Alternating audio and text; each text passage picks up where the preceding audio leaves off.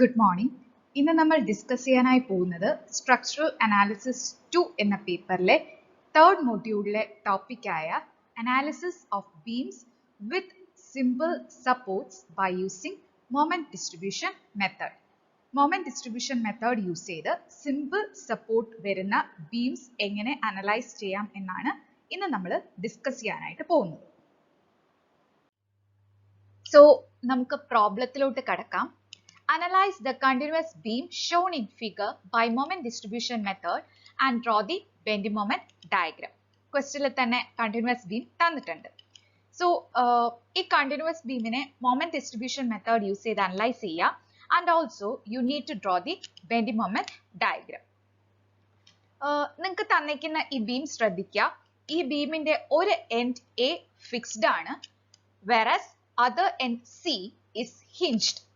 ശ്രദ്ധിക്കുക, നിങ്ങൾക്ക് end support hinged ആയിട്ട് വരുന്ന കണ്ടിന്യൂസ് ബീംസ് ആണ് തന്നിരിക്കുന്നത്. അത്തരത്തിലെ ബീംസിനെ മൊമെന്റ് ഡിസ്ട്രിബ്യൂഷൻ മെത്തേഡ് യൂസ് ചെയ്ത് അനലൈസ് ചെയ്യാനായിട്ടാണ് ചോദിക്കുന്നതെങ്കിൽ രണ്ട് തരത്തിൽ ഈ പ്രോബ്ലം സോൾവ് ചെയ്യാം.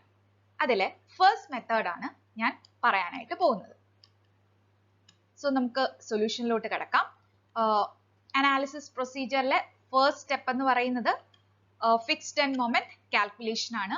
ഓരോ ലോഡിനും കറസ്പോണ്ടിങ് ആയി ഫിക്സ്ഡ് എൻഡ് മൊമെന്റ് കാൽക്കുലേറ്റ് ചെയ്യുക. ഓക്കെ, എ ബി എന്ന സ്പാൻ കൺസിഡർ ചെയ്യുക. A B through out you D L ആണ് ക്യാരി ചെയ്യുന്നത്. So M F A B is equal to minus WL² by 12 and MFBA is equal to WL²by 12. Next B C എന്ന span consider ചെയ്യുക. B C എന്ന സ്പാനിൽ central point ലോഡാണ് act ചെയ്യുന്നത്. So MFBC is equal to minus WL/8 and MFCB is equal to WL/8. Equations value substitute here, simplify. Then second step is to find the distribution factor.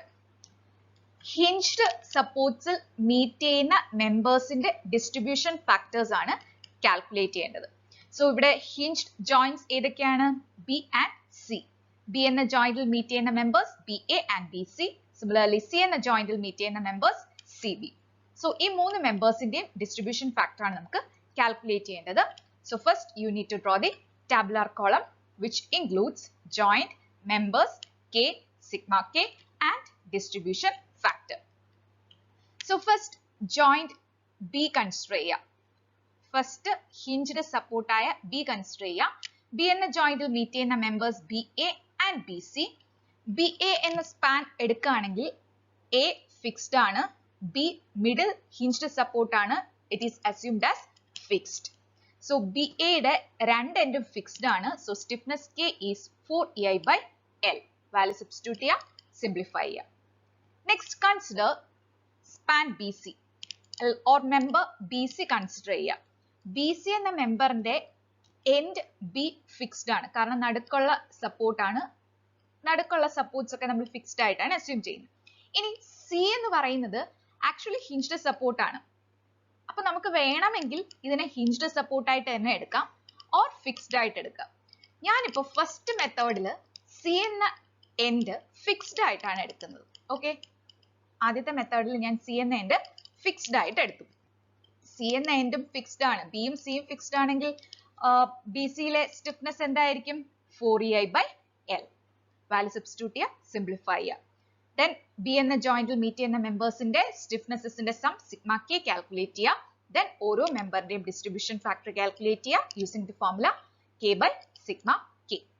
Then next joint consider ചെയ്യുക. Joint സിയിൽ meet ചെയ്യുന്ന member C B. Again C B എന്ന member ശ്രദ്ധിക്കുക, B fixed ആണ്, സിയും നമ്മൾ fixed ആയിട്ടാണ് assume ചെയ്യുന്നത്. സോ സി ബിയുടെ സ്റ്റിഫ്നെസ് 4EI/L. വാല്യൂ സബ്സ്റ്റിറ്റ്യൂട്ട് ചെയ്യുക, സിംപ്ലിഫൈ ചെയ്യുക. സി എന്ന ജോയിന്റിൽ ഒറ്റ മെമ്പറേ വരുന്നുള്ളൂ. സോ സിഗ്മ കെ വാല്യൂ തന്നെയാണ്. Then find the distribution factor by using the formula K/സിഗ്മ കെ. ഓക്കെ, അപ്പൊ ഇങ്ങനെയാണ് സി എന്ന ഹിഞ്ച്ഡ് സപ്പോർട്ടിനെ നമ്മൾ ഫിക്സ്ഡ് ആയിട്ട് അസ്യൂം ചെയ്ത് ഡിസ്ട്രിബ്യൂഷൻ ഫാക്ടർ കാൽക്കുലേറ്റ് ചെയ്യുന്നത്. Okay, then next draw the distribution table. So distribution table വരയ്ക്കാം. ഏതൊക്കെ മെമ്പേഴ്സിലാണോ ഡിസ്ട്രിബ്യൂഷൻ ഫാക്ടർ വരുന്നത് അവിടെ ജസ്റ്റ് ഒരു ബോക്സ് മാർക്ക് ചെയ്യുക. Then joints consider ABC, distribution factor എഴുതുക, fixed end moments ഓരോ endലെയും fixed end moment എഴുതുക. ഇനി കഴിഞ്ഞ ദിവസത്തെ പ്രോബ്ലത്തിൽ പറഞ്ഞ സെയിം മെത്തേഡ് തന്നെയാണ്.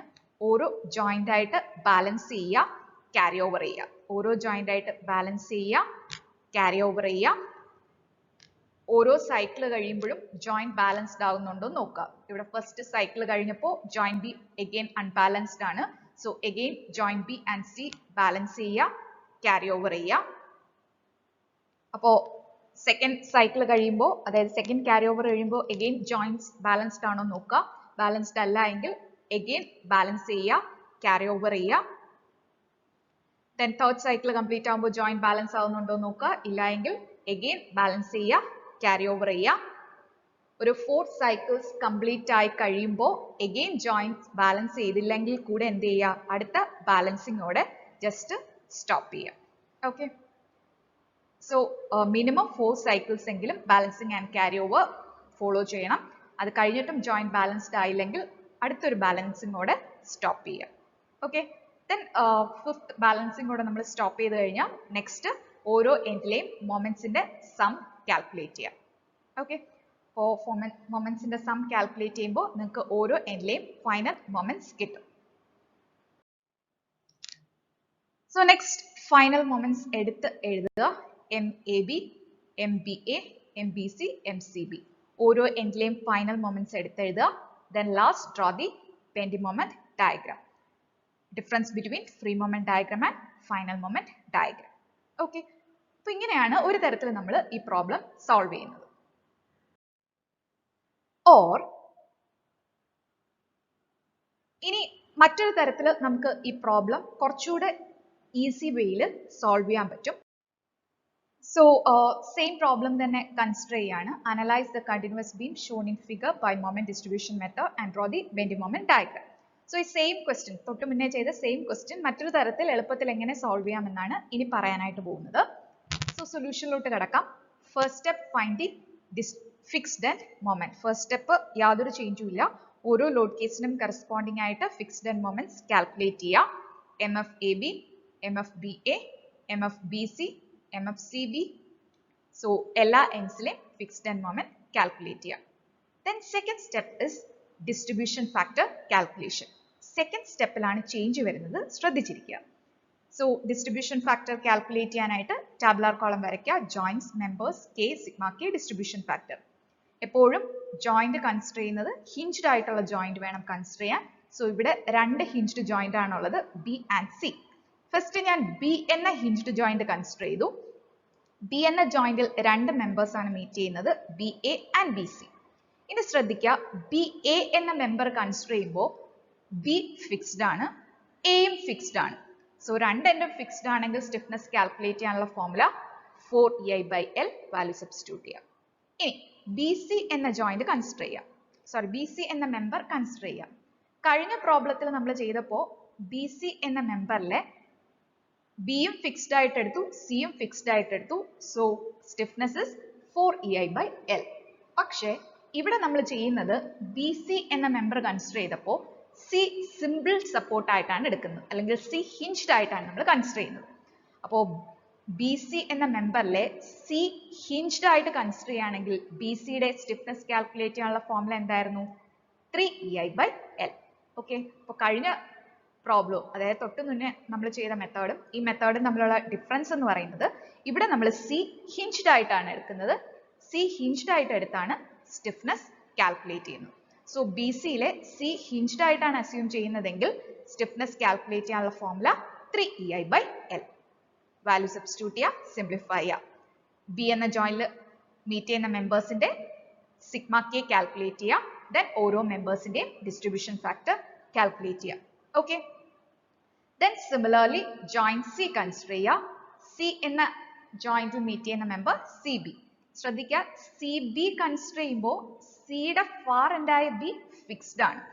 സോ B ഫിക്സ്ഡ് ആയതുകൊണ്ട് തന്നെ CBയിലെ സ്റ്റിഫ്നെസ് എന്ന് പറയുന്നത് 4EI/L ആണ്. എപ്പോഴും ശ്രദ്ധിക്കുക, BC എന്ന സ്പാനിലെ BCയിലെ സ്റ്റിഫ്നെസ് കാൽക്കുലേറ്റ് ചെയ്യുമ്പോൾ C ഹിഞ്ച്ഡ് ആണെങ്കിൽ 3EI/L. തിരിച്ചു വരുമ്പോൾ CB വരുമ്പോൾ B ഫിക്സ്ഡ് ആണ്, സോ സി ബിയിലെ stiffness is 4EI/L. Value substitute ചെയ്യുക, സിംപ്ലിഫൈ ചെയ്യുക. ഓക്കെ, അപ്പൊ ഈ ഒരു സ്റ്റെപ്പിലാണ് ചേഞ്ച് വരുന്നത്, ആദ്യത്തെ change. Okay, then third step is draw the distribution table. Third സ്റ്റെപ്പിലും ഒരു ചേഞ്ച് വരുന്നുണ്ട്. ഡിസ്ട്രിബ്യൂഷൻ ടേബിൾ വരയ്ക്കുക, ജോയിൻസ് മാർക്ക് ചെയ്യുക, ഡിസ്ട്രിബ്യൂഷൻ ഫാക്ടർ എഴുതുക, ഫിക്സ്ഡ് എൻഡ് മൊമെന്റ് എഴുതുക. ശ്രദ്ധിക്കുക, രണ്ടാമത്തെ മെത്തേഡ് ഓഫ് അനാലിസിസിൽ നമ്മൾ സി ഹിഞ്ച്ഡ് ആയിട്ടാണ് അസ്യൂം ചെയ്തത്. സി ഹിഞ്ച്ഡ് ആയിട്ട് അസ്യൂം ചെയ്താണ് ബി സിയിലെ സ്റ്റിഫ്നെസ് കാൽക്കുലേറ്റ് ചെയ്തത്. അപ്പോൾ ഇങ്ങനെ നമ്മൾ ഹിഞ്ച്ഡ് എൻഡ് സപ്പോർട്ടിനെ ഹിഞ്ച്ഡ് ആയിട്ടാണ് അസ്യൂം ചെയ്യുന്നതെങ്കിൽ ഡിസ്ട്രിബ്യൂഷൻ ടേബിളിൽ ആദ്യം ബാലൻസ് ചെയ്യേണ്ടത് ഹിഞ്ച്ഡ് സപ്പോർട്ടാണ്. ഓക്കെ, സാധാരണ നമ്മൾ ഓരോ ജോയിന്റ് ആയിട്ട് ബാലൻസ് ചെയ്ത് ക്യാരി ഓവർ ചെയ്യുമായിരുന്നു. പക്ഷേ എൻഡ് സപ്പോർട്ട് ഹിഞ്ച്ഡ് ആയിട്ട് വരുന്ന പ്രോബ്ലംസിൽ നമ്മൾ അനാലിസിസ് ഡിസ്ട്രിബ്യൂഷൻ ടേബിളിൽ ബാലൻസിങ് ചെയ്യേണ്ടത് ഫസ്റ്റ് ജോയിന്റ് സി ബാലൻസ് ചെയ്യുക, ക്യാരി ഓവർ ചെയ്യുക. സി ബാലൻസ് ചെയ്ത് ക്യാരി ഓവർ ചെയ്തിട്ട് വേണം ജോയിന്റ് ബി ബാലൻസ് ചെയ്യാനായിട്ട്. ഓക്കെ, സോ ഫസ്റ്റ് ഞാൻ ജോയിന്റ് സി എടുത്തു. ജോയിന്റ് സിയിലെ അൺബാലൻസ്ഡ് മൊമെന്റ് എന്ന് പറയുന്നത് 30 ആണ്. സോ അവിടുത്തെ ബാലൻസിങ് മൊമെന്റ് എന്ന് പറയുന്നത് -30 ആയിരിക്കും. സോ -30യെ ഞാൻ ഡിസ്ട്രിബ്യൂട്ട് ചെയ്തു. -30യെ സി എന്ന ജോയിന്റിൽ മീറ്റ് ചെയ്യുന്ന മെമ്പറായ സി ബിയിലോട്ട് ഡിസ്ട്രിബ്യൂട്ട് ചെയ്തു. That is -30 into 1 will be -30. Okay, so ഞാൻ സി എന്ന ജോയിന്റ് ബാലൻസ് ചെയ്തു. എന്നിട്ട് എന്താ ചെയ്തത്? ഈ ബാലൻസിങ് മൊമെന്റിനെ ഞാൻ ക്യാരി ഓവർ ചെയ്തു. സിയിലെ ബാലൻസിങ് മൊമെന്റിനെ ഞാൻ ബിയിലോട്ട് ക്യാരി ഓവർ ചെയ്തു. സോ സിയിലെ -30യെ ഞാൻ ബിയിലോട്ട് ക്യാരി ഓവർ ചെയ്തു. -30/2 -50. ഓക്കെ, സോ സി എന്ന ജോയിന്റ് ബാലൻസ് ചെയ്ത് ക്യാരി ഓവർ ചെയ്തിട്ടാണ് ഞാൻ ബി എന്ന ജോയിന്റ് ബാലൻസ് ചെയ്യുന്നത്. ഓക്കെ, അപ്പൊ എപ്പോഴും ശ്രദ്ധിക്കുക, ആദ്യം ഹിഞ്ച്ഡ് സപ്പോർട്ട് ബാലൻസ് ചെയ്ത് ക്യാരി ഓവർ ചെയ്തിട്ട് വേണം അടുത്ത ഹിഞ്ച്ഡ് സപ്പോർട്ട് ബാലൻസ് ചെയ്യാൻ. ഇനി ബിയിലെ അൺബാലൻസ്ഡ് മൊമെന്റ് എന്തായിരിക്കും? 106.67 -30 -15. ഓക്കെ, അപ്പോൾ സി ബാലൻസ് ചെയ്ത് ക്യാരി ഓവർ ചെയ്ത് ജോയിന്റ് ബിയിലെ അൺബാലൻസ്ഡ് മൊമെന്റ് കാൽക്കുലേറ്റ് ചെയ്യുക. അൺബാലൻസ്ഡ് മൊമെന്റ് എന്ന് പറയുന്നത് അവിടെയുള്ള മൊമെന്റ്സിന്റെ സം. ബിയിൽ ഇപ്പോൾ ഉള്ള മൊമെന്റ്സ് ഏതൊക്കെയാണ്? 106.67 -30 -15 which is 61.67. സോ ഇപ്പോൾ ബിയിലെ അൺബാലൻസ്ഡ് മൊമെന്റ് എന്ന് പറയുന്നത് 61.67 ആണ്. സോ ബിയിലെ അൺബാലൻസിങ് മൊമെന്റ് എന്ന് പറയുന്നത് 61.67 ആണെങ്കിൽ ബാലൻസിങ് മൊമെന്റ് -61.67 -61.67 ബിയിലെ രണ്ട് മെമ്പേഴ്സിലോട്ടും ഡിസ്ട്രിബ്യൂട്ട് ചെയ്യുക. So -61.67 into 0.571 will give you balancing moment at BA, and -61.67 into 0.429 will give you the balancing moment at BC. Okay, അപ്പോൾ ബിയിലെ മെമ്പേഴ്സിലെ ബാലൻസിങ് മൊമെന്റ് നമുക്ക് കിട്ടി. ഇനി എന്ത് ചെയ്യുക? ക്യാരി ഓവർ ചെയ്യുക. ക്യാരി ഓവർ ചെയ്യുമ്പോൾ ശ്രദ്ധിക്കുക, ബി എയിലെ ബാലൻസിങ് മൊമെന്റ് എ ബിയിലോട്ട് ക്യാരി ഓവർ ആവും. ബി എയിലെ ബാലൻസിങ് മൊമെന്റിന്റെ പകുതി എയിലോട്ട് എ ബിയിലോട്ട് ക്യാരി ഓവർ ആവും. ശ്രദ്ധിക്കുക, ബി സിയിലെ ബാലൻസിങ് മൊമെന്റ് സി ബിയിലോട്ട് ക്യാരി ഓവർ ആകത്തില്ല. കാരണം ഓൾറെഡി നമ്മുടെ സി ഹിഞ്ച്ഡ് സപ്പോർട്ടാണ്, അത് നമ്മൾ ബാലൻസ് ചെയ്ത് കഴിഞ്ഞു. എപ്പോഴും ക്യാരി ഓവർ വരുന്നത് ഫിക്സ്ഡ് എൻഡിലോട്ടാണ്. ഇവിടെ നമ്മൾ സി ഹിഞ്ച്ഡ് ആയിട്ടാണ് എടുത്തത്. സോ ബിയിൽ നിന്നും സിയിലോട്ട് ക്യാരി ഓവർ ഇല്ല, ബിയിൽ നിന്നും എയിലോട്ട് മാത്രമേ ക്യാരി ഓവർ വരുന്നുള്ളൂ.